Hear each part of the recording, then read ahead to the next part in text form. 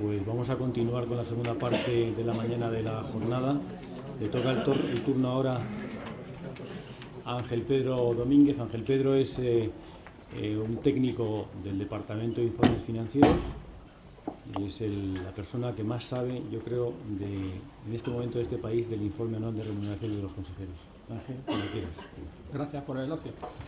Buenos días. Vamos a ver el informe anual de remuneraciones de los consejeros, que, como saben, es otra de las novedades que en materia de gobierno corporativo incorporó la Ley de Economía Sostenible. En las ponencias anteriores hemos visto cómo ha sido el desarrollo normativo que ha dado lugar a la aprobación de los modelos de informe anual de gobierno corporativo y a los modelos de informe anual de remuneraciones. Respecto a este último, el artículo 61 ter estableció la obligación por parte de las entidades emisoras de publicar un informe sobre la política retributiva de los miembros de su Consejo de Administración. El artículo 61 ter también establecía el contenido mínimo que tenían que tener estos informes y, como principal novedad respecto a la información que hasta ese momento tenían que publicar las entidades emisoras, es que se va a solicitar la remuneración individualizada de cada uno de los miembros del Consejo de Administración. Antes de la entrada en vigor de la Ley de Economía Sostenible, en el informe anual de gobierno corporativo, que ya estaba vigente de 2003, también en las cuentas anuales y no de información regulada, las sociedades tenían que publicar la remuneración de su órgano de administración. Pero el dato se daba de forma agregada por tipología de consejero y por concepto retributivo, sin entrar en el desglose individualizado. La Orden 461-2013 ya hemos visto cómo ha establecido el informe anual de gobierno corporativo, la página web de las sociedades cotizadas y las definiciones de la categoría de los consejeros. Respecto al informe de remuneraciones, ha establecido la estructura y su contenido y habilitaba a la Comisión Nacional del Mercado de Valores para detallar, con arreglo a la expresada a la orden, es una habilitación de detalle, este contenido y para establecer modelos con arreglo a los cuales las diferentes entidades deberían publicar los informes de remuneraciones. Estos modelos se han aprobado el pasado mes de julio en la circular 4/2013 de la CNMV. En cuanto al régimen sancionador, hay que tener en cuenta que el artículo 100 de la Ley de Mercado de Valores considera infracción grave la falta de publicación de los informes de remuneraciones o la existencia en dichos informes de datos falsos, erróneos o engañosos. Por tanto, las labores de supervisión que vamos a hacer en la CNMV es comprobar que todas las sociedades obligadas han publicado su informe de remuneraciones y que en dichos informes se contienen los datos que establece el artículo 61 ter y su desarrollo normativo. No va a ser objeto de la labor de supervisión de la CNMV determinar si la sociedad ha pagado mucho o poco a sus consejeros o si la política retributiva es adecuada a la estructura de la sociedad. El objetivo es que los informes contengan una información clara, completa y comprensible sobre la política retributiva de la sociedad para que los accionistas, los dueños de la sociedad, puedan tomar una decisión razonada sobre si aprueban o no dicha política. En cuanto a los requisitos de publicidad, el informe de remuneraciones tiene que ser publicado en la página web de las sociedades cotizadas, se tiene que comunicar a la CNMV como hecho relevante y lo más importante es que se tiene que someter a votación con carácter consultivo y como punto separado del orden del día de la Junta General Ordinaria de Accionistas. En cuanto a las entidades obligadas a publicar el informe de remuneraciones, van a ser las sociedades anónimas cotizadas, es decir, aquellas sociedades que tengan acciones admitidas a cotización en un mercado oficial de valores, y las cajas de ahorro emisoras de valores admitidos a cotización en un mercado oficial de valores. Por tanto, vemos que existe una diferencia respecto a las entidades obligadas a publicar el informe anual de gobierno corporativo, en cuanto que las entidades que únicamente emiten renta fija no están obligadas a publicar el informe de remuneraciones. La orden también establece que las cajas de ahorros no emisoras y las entidades bancarias a las que las cajas hayan aportado todo su negocio financiero también van a tener que elaborar y publicar un informe de remuneraciones y, aunque no sean entidades emisoras, van a tener que comunicar dicho informe a la Comisión Nacional del Mercado de Valores para que remita copia al Banco de España y, en el caso de las cajas de ahorros, al órgano competente de la comunidad autónoma.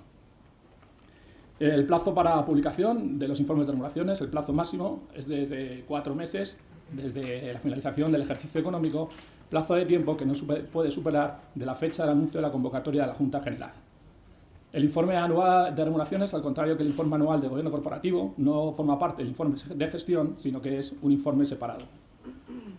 Los modelos que aprueba la circular serán de aplicación a los informes anuales de remuneraciones correspondientes al ejercicio 2013, es decir, aquellos informes que se sometan a la consideración de las juntas que se celebren a partir de 1 de enero de 2014.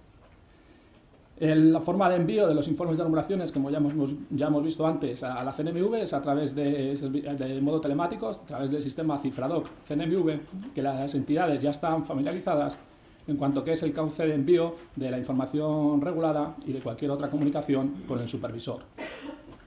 Actualmente estamos desarrollando las plantillas informáticas que van a permitir a las sociedades cumplimentar el informe de remuneraciones y enviarlo como hecho relevante. Se van a dar dos posibilidades. Partiendo de unas especificaciones técnicas que ha desarrollado la CNMV, la propia sociedad va a poder crear su propio modelo informático que tiene una serie de ventajas, como ha comentado antes Esther, y en el caso de los informes de remuneraciones, la más importante es que hay algunos apartados del informe que no van a tener que cumplimentarse, sino que van a poder extraer la información de las propias bases de datos de la sociedad, de la contabilidad. Para aquellas sociedades que no quieran crear su propia plantilla informática, se va a implantar en la sede electrónica de la CNMV un formulario web que replica el modelo de informe de remuneraciones, en el que las sociedades van a poder entrar, cumplimentar los distintos apartados y enviarlo como hecho relevante. Los informes de remuneración, los modelos de informes que aprueba la circular van a ser de aplicación a los informes de remuneraciones correspondientes a 2013. Pero ya llevamos 2 años desde la entrada en vigor de la Ley de Economía Sostenible en que las sociedades están obligadas a elaborar y publicar un informe de remuneraciones. Hay sociedades que llevan ya más tiempo publicándolos en cuanto que era una recomendación del Código Unificado que se ha incorporado al ordenamiento jurídico y que seguían aproximadamente el 30% de las sociedades cotizadas. En el proceso de revisión que hacemos en la CNMV sobre estos informes y que estamos haciendo respecto a los informes del ejercicio 2012 y 2011, hemos detectado alguna serie de incidencias. La primera de ellas es que el análisis de la información resulta complejo. En algunos casos, llegar a conocer en los informes cuál es la retribución que va a cobrar un consejero es al menos complicado.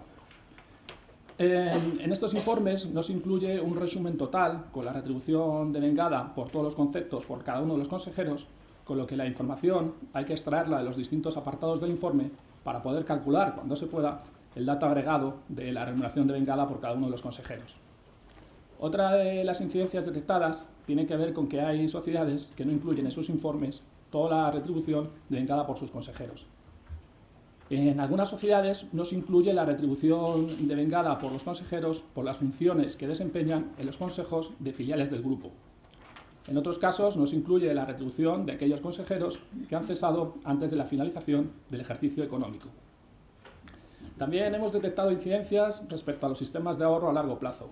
La más común es que hay sociedades que tienen planes de aportación definida y que los tienen externalizados, que en el informe sí que dan el dato de la aportación que han realizado al ejercicio, pero no indican el importe de los fondos acumulados en el plan que da cobertura al sistema de ahorro a largo plazo. Esperemos que con la aplicación de estos modelos que aprueba la circular, estas incidencias se solucionen y los informes de remuneraciones presenten una información clara, completa y comprensible sobre la política retributiva de la sociedad. Los informes de remuneraciones los modelos de informes de remuneraciones constan de 4 apartados. En los 3 primeros se va a explicar la política retributiva aprobada por la sociedad para el ejercicio presente, futuros y pasado. En el epígrafe A se va a explicar la política retributiva aprobada por la sociedad por el ejercicio en curso, entendiendo ejercicio en curso como el año en el que se está celebrando la Junta a la que se somete el informe de remuneraciones. Por ejemplo, en los últimos meses se han celebrado las Juntas Generales que han aprobado los informes de retribuciones correspondientes al ejercicio 2012. Por lo tanto, en el epígrafe A se habrá explicado la política retributiva aprobada por la sociedad para el ejercicio 2013. En el epígrafe B se habrá explicado la política retributiva aprobada por la sociedad para el ejercicio 2014, 2015 y siguientes, en el caso de que la sociedad haya realizado ya esa previsión. Y en el epígrafe C se va a explicar, se va a hacer un resumen de cómo se aplicó la política retributiva en el ejercicio cerrado y que ha dado lugar a la retribución de cada uno de los consejeros, cuyo desglose individualizado se aporta en el epígrafe D. Por último, el modelo de informe termina con otra información de interés en el que las sociedades que así lo deseen van a poder explicar cualquier aspecto de su política retributiva que entiendan que no está suficientemente explicado en el resto de apartados del informe. Para explicar la política retributiva se va a explicar los distintos conceptos retributivos que conforman la remuneración total. Para que nos hagamos una idea de cuál es el mix retributivo en una sociedad cotizada española media y tomando como fuente los informes anuales de gobierno corporativo correspondientes al ejercicio 2012, vemos que el componente más importante de la retribución es la remuneración fija, que representa el 39% de la retribución total. La remuneración variable representa el 24%, dietas el 9%, atenciones estatutarias el 13%, opciones sobre acciones el 1% y el resto corresponde a indemnizaciones y otros conceptos retributivos. En el gráfico también se aprecia la evolución del mix retributivo desde el ejercicio 2004 al ejercicio 2012. El incremento en la partida de otros que se produce en el último ejercicio corresponde al pago puntual que ha realizado una sociedad a un consejero por el cese de sus funciones ejecutivas. Para explicar la política retributiva, lo primero que se va a hacer es describir los principios y fundamentos generales de dicha política, explicando cuáles son los criterios utilizados para definir esa forma de retribución y cuáles son los objetivos que se pretenden conseguir con la misma.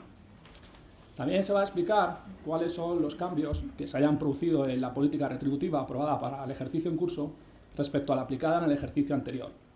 Por ejemplo, la sociedad va a explicar si ha implantado un plan retributivo variable o se ha incrementado la retribución fija al añadir otro nuevo concepto retributivo. En el caso de los sistemas de retribución basados en acciones, la sociedad va a tener que explicar, en el caso de que se haya producido, cualquier cambio en las condiciones de ejercicio de las opciones. Va a explicar si se han producido cambios en el plazo o precio de ejercicio o en los requisitos que se tienen que cumplir para que el consejero pueda ejercitar las opciones. En los últimos años, diversos organismos internacionales, entre ellos la Comisión Europea, ha realizado recomendaciones sobre cómo tiene que ser la política retributiva de una sociedad cotizada. Una de estas recomendaciones, realizadas por la Comisión Europea, es que se limite la proporción que supone la retribución variable sobre la retribución fija. En el caso de las entidades financieras, esta recomendación se está incorporando al ordenamiento jurídico. En el informe se va a tener que explicar, se va a tener que hacer una estimación en cuanto que la retribución variable al principio de ejercicio no la vamos a conocer. Se va a estimar cuál es la proporción que supone la retribución variable sobre la retribución fija y cuáles son los criterios utilizados para determinar el mix retributivo que aplica la sociedad. El informe va a continuar también explicando cuál es el proceso que se ha seguido para la determinación de la política retributiva. Se va a describir cuáles son los órganos de la sociedad que han intervenido en la fijación de la política retributiva, donde hay que tener en cuenta que el 89% de las sociedades cotizadas, entre las que se incluyen todas las del IBEX, han constituido como comisión delegada del Consejo de Administración la Comisión de Retribuciones, o la Comisión de Nombramientos y Retribuciones.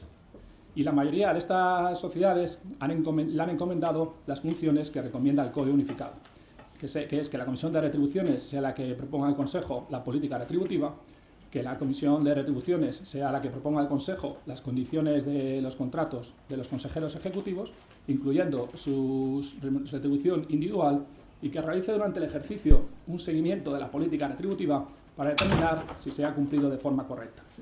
Por tanto, en el informe de retribuciones va a haber que describir, va a haber que darnos un papel relevante a la Comisión de Retribuciones, indicando cuáles han sido sus funciones, y también se va a identificar a sus miembros, indicando la tipología de consejeros a los que pertenece según las definiciones de consejeros que establece la orden. El Código Unificado recomienda que la Comisión de Retribuciones, para evitar conflictos de intereses, esté compuesto única y exclusivamente por consejeros externos, la mayoría independientes, y que el presidente sea elegido dentro de esta tipología de consejeros. También se va a identificar a los asesores externos que hayan intervenido en la determinación de la política retributiva en el caso de que la sociedad haya decidido contratar este servicio. Para explicar el informe se va a explicar los distintos conceptos retributivos que conforman la remuneración total.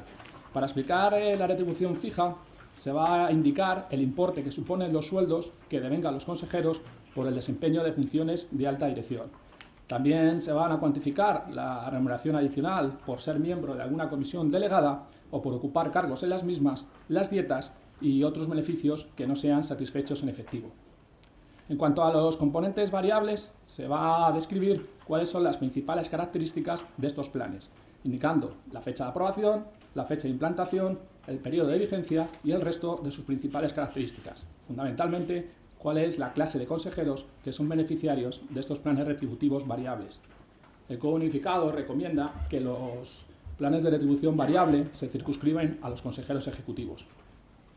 También la sociedad va a explicar cuáles han sido los métodos de evaluación, los criterios de evaluación del desempeño que han seguido para determinar la remuneración variable. No es que en el informe se pretenda que se desvele alguna información comercial sensible o alguna estrategia importante de la sociedad, sino que se identifiquen los parámetros que van a determinar la remuneración variable. En los planes retributivos que tienen actualmente implantadas las sociedades cotizadas, uno de los parámetros más comunes es el EBITDA, y en el caso de las entidades financieras es el beneficio económico ajustado por el coste de capital utilizado. Para los sistemas de retribución basados en acciones, el parámetro más usado es el retorno para el accionista, que es la diferencia de la acción en el periodo en el que se evalúa el consejero, más el posible dividendo que haya pagado la entidad. También en el informe de remuneraciones se va a describir cuáles son los métodos de evaluación que ha seguido la sociedad para determinar si el consejero ha cumplido o no con los objetivos que determinan la remuneración variable.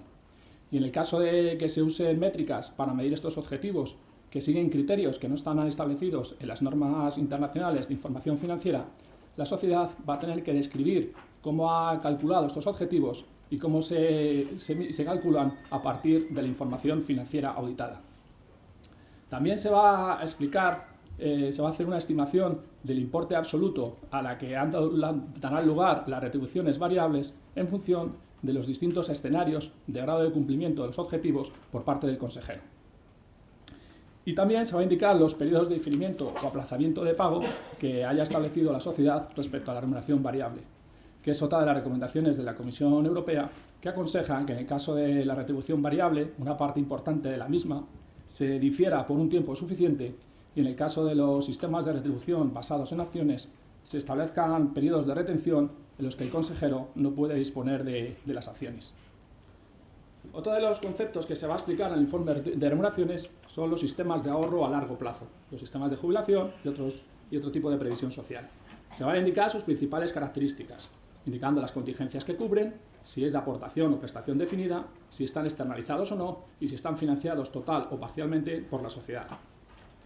También se va a explicar las condiciones de consolidación de los derechos económicos, es decir, en qué condiciones el consejero va a tener derecho a las aportaciones que se hayan realizado al plan cuando su relación con la sociedad termine por una contingencia no prevista en el sistema de ahorro a largo plazo.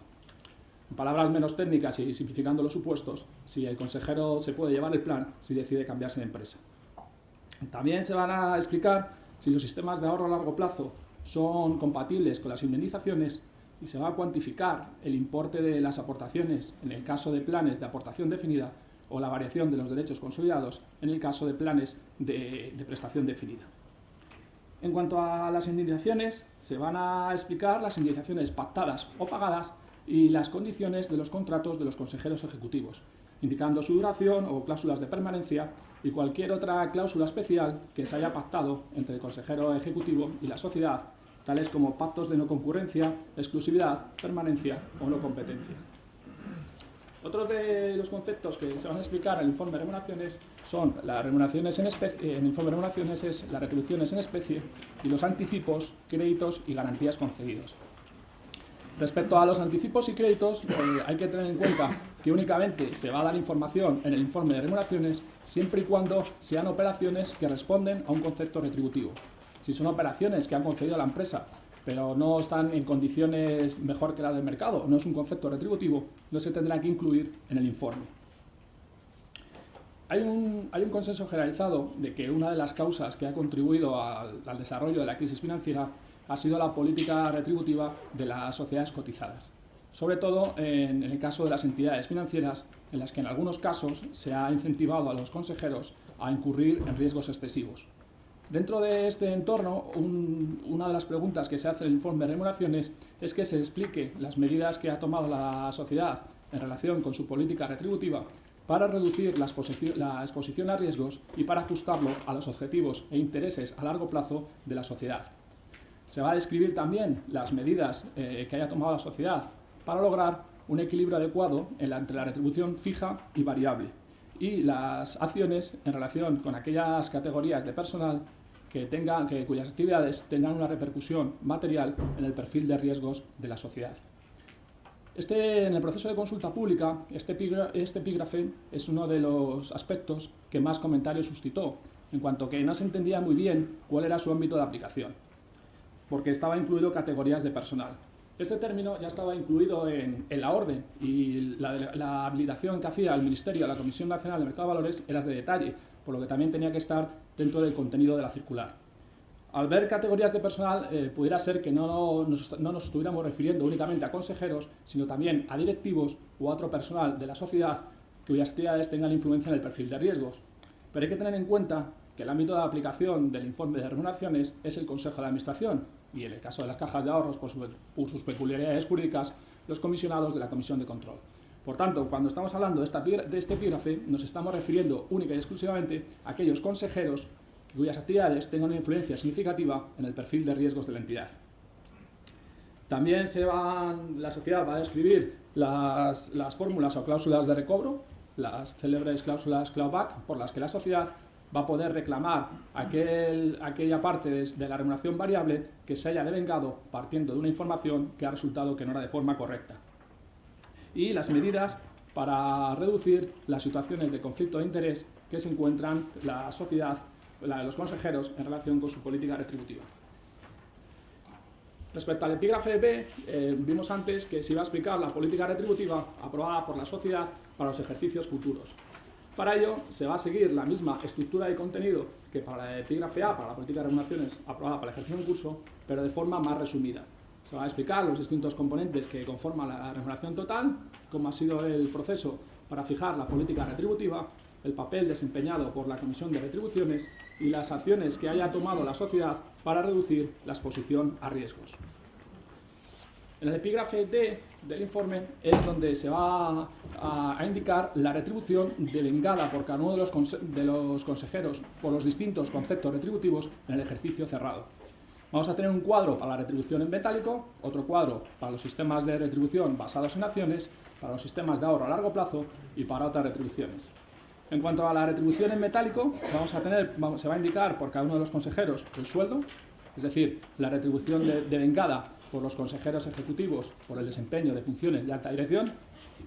Hay que tener en cuenta que esta columna única y exclusivamente aplicará a los consejeros ejecutivos, en cuanto que los consejeros externos no desarrollan funciones de alta dirección. La remuneración fija, que es el importe de la compensación en metálico con una periodicidad de pago preestablecida, devengada por el consejero por pertenecer al órgano de administración. Las dietas, la retribución por asistencia al Consejo de Administración o a sus comisiones delegadas, y la retribución variable, que es la retribución ligada a la consecución de una serie de objetivos o a la evolución del desempeño por parte del consejero. Hay que tener en cuenta, como hemos comentado antes, que el criterio que se usa en el informe anual de remuneraciones, también en el informe anual de gobierno corporativo y las cuentas anuales, es el criterio de devengo. En el informe no se va a indicar la retribución efectivamente cobrada, sino la retribución devengada durante el ejercicio. Ver en qué momento un consejero ha devengado la retribución variable, sobre todo en el caso de planes plurianuales, puede ser complicado. Como hemos comentado antes, el criterio que se usa en el informe de retribuciones es que el consejero ha devengado la retribución cuando finaliza el periodo de devengo. El periodo de devengo es el plazo de tiempo durante el cual se mide la evolución del desempeño por parte del consejero. Vamos a verlo con un ejemplo bastante sencillo. Vamos a suponer que una empresa decide implantar un plan retributivo variable que consiste en que si dentro de 3 años obtiene un resultado de 1 millón, el consejero delegado va a tener una retribución variable de 100. A efectos de complementar el informe de retribuciones, a efectos de complementar el apartado D, la retribución individual devengada por cada uno de los consejeros, estos 100 no se van a poner hasta el informe de remuneraciones correspondientes al ejercicio T+3. Sí que se va a informar en el ejercicio T+1 y T+2 de este sistema, cuáles son sus principales características, qué objetivos tiene, cuáles son, cómo se mide, etc. Pero a efectos de complementar el epígrafe D, la retribución individual, los 100 solo se pondrán en el ejercicio T+3, en el caso de que la sociedad haya cumplido con su objetivo. Existe una diferencia, por tanto, con las cuentas anuales, en cuanto que en las cuentas, en cada uno de los ejercicios, la sociedad hace su mejor estimación posible sobre si se va a cumplir el objetivo o no. En el caso de que sea probable que se cumpla, la sociedad va a dotar la consiguiente provisión durante los ejercicios en los que dura el plan. Vamos a tener retribución variable a corto o a largo plazo, dependiendo si el periodo de devengo es inferior o superior a 1 año.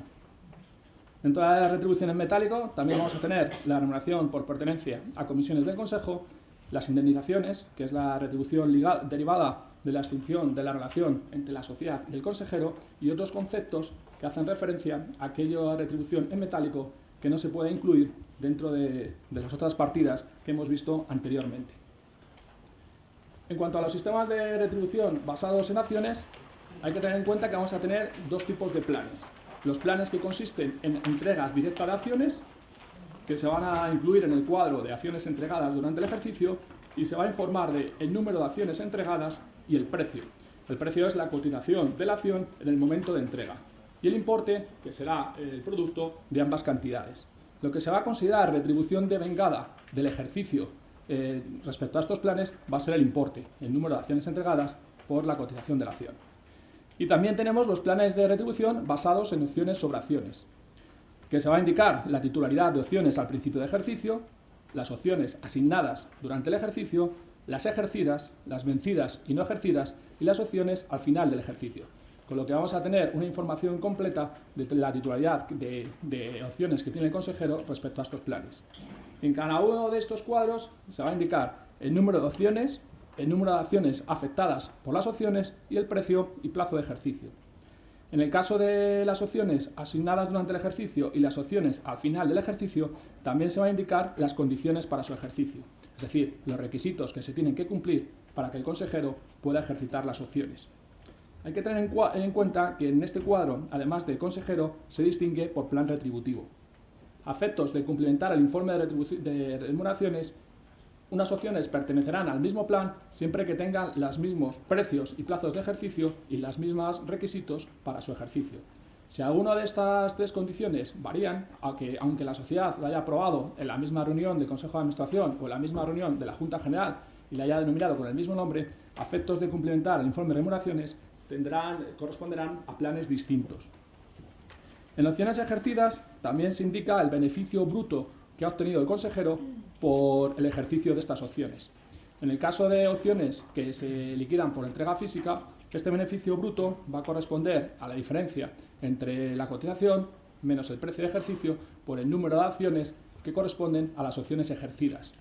En el caso de opciones que se liquidan por diferencias, va a ser el importe bruto que se abona al consejero en el momento de ejercicio.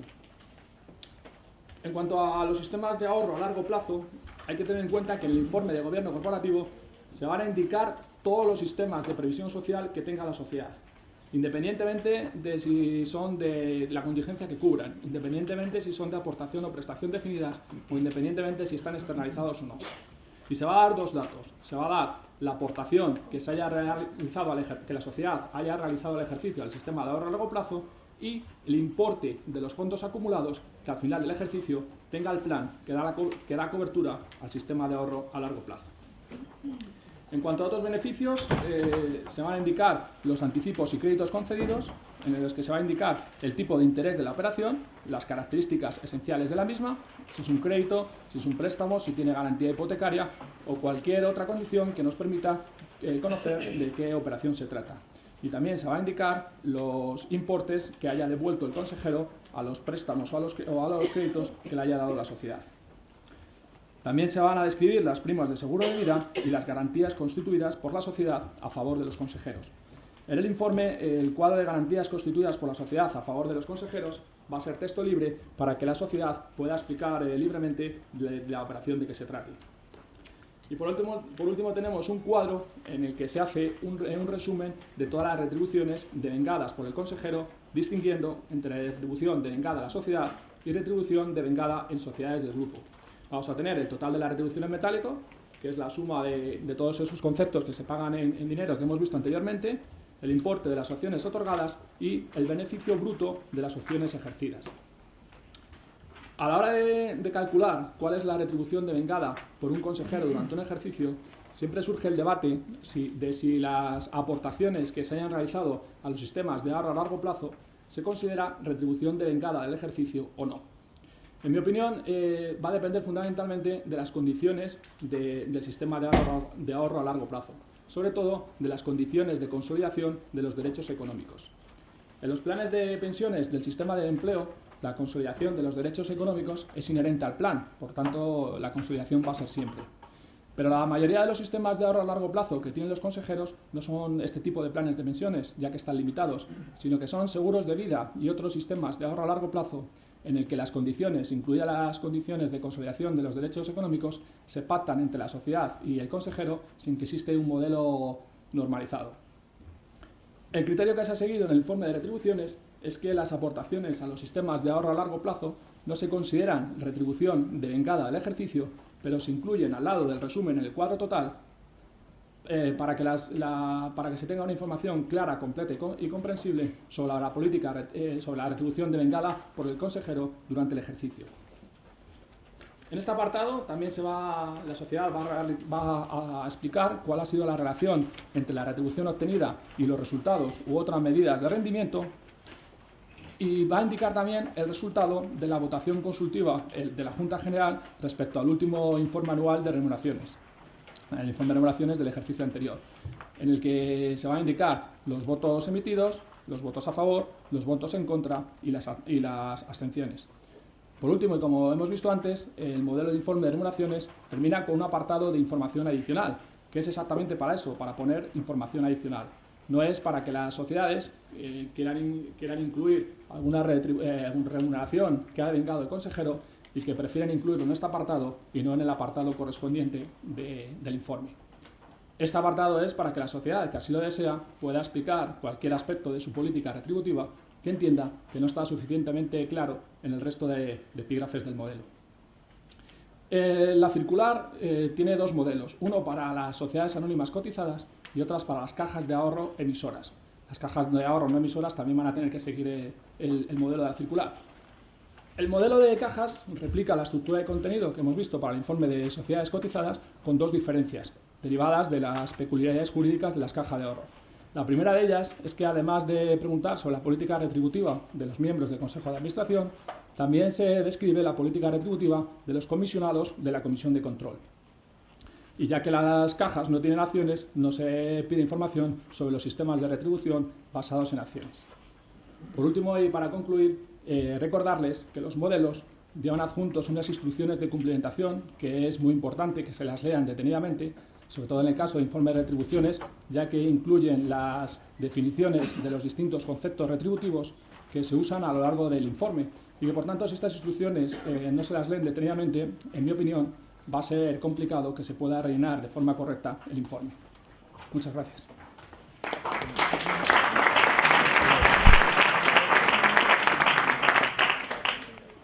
Muchas gracias, Ángel.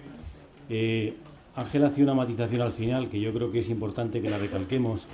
El informe de remuneraciones de los consejeros y el informe anual de gobierno corporativo, hay un apartado que es otras informaciones de interés, pero como decía Ángel, ese apartado está pensado para aquello que se ha añadido o no se corresponda con los apartados anteriores. En ese apartado las entidades no van a rellenar todo lo que no han rellenado anteriormente, porque como decía Ángel, cada uno de los cuadros, la información que se tiene que completar es la que requiere el cuadro. Luego no se vaya a las entidades a aportar la información a ese cajón desastre que son otras informaciones de interés.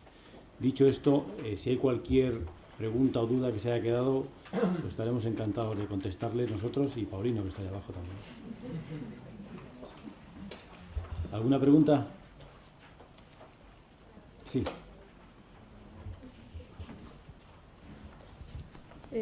Es en relación con las indemnizaciones. Una indemnización que está en un contrato de un consejero ejecutivo basada en un cambio de control de la compañía, ¿en qué apartado va del informe? Es decir, porque no es una retribución anual, porque no la cobra, salvo que haya un cambio de control y la perciba en un futuro. ¿Dónde hay que informar en el informe? No. Bueno, en el apartado, en el epígrafe A del modelo, Sí. se habla de que se explique la política retributiva aprobada por la sociedad para el ejercicio en curso y siguientes. Entonces, siempre que haya una indemnización que esté pactada entre la sociedad, siempre se va a tener que explicar, aunque no se haya realizado, como el resto de componentes que conforman la remuneración. Luego, si la indemnización se materializa, es decir, si el consejero devenga esa retribución porque se ha extinguido su relación con la sociedad o porque se ha producido el cambio de control que comenta, entonces habrá que indicar en el apartado de indemnizaciones de retribución en metálico.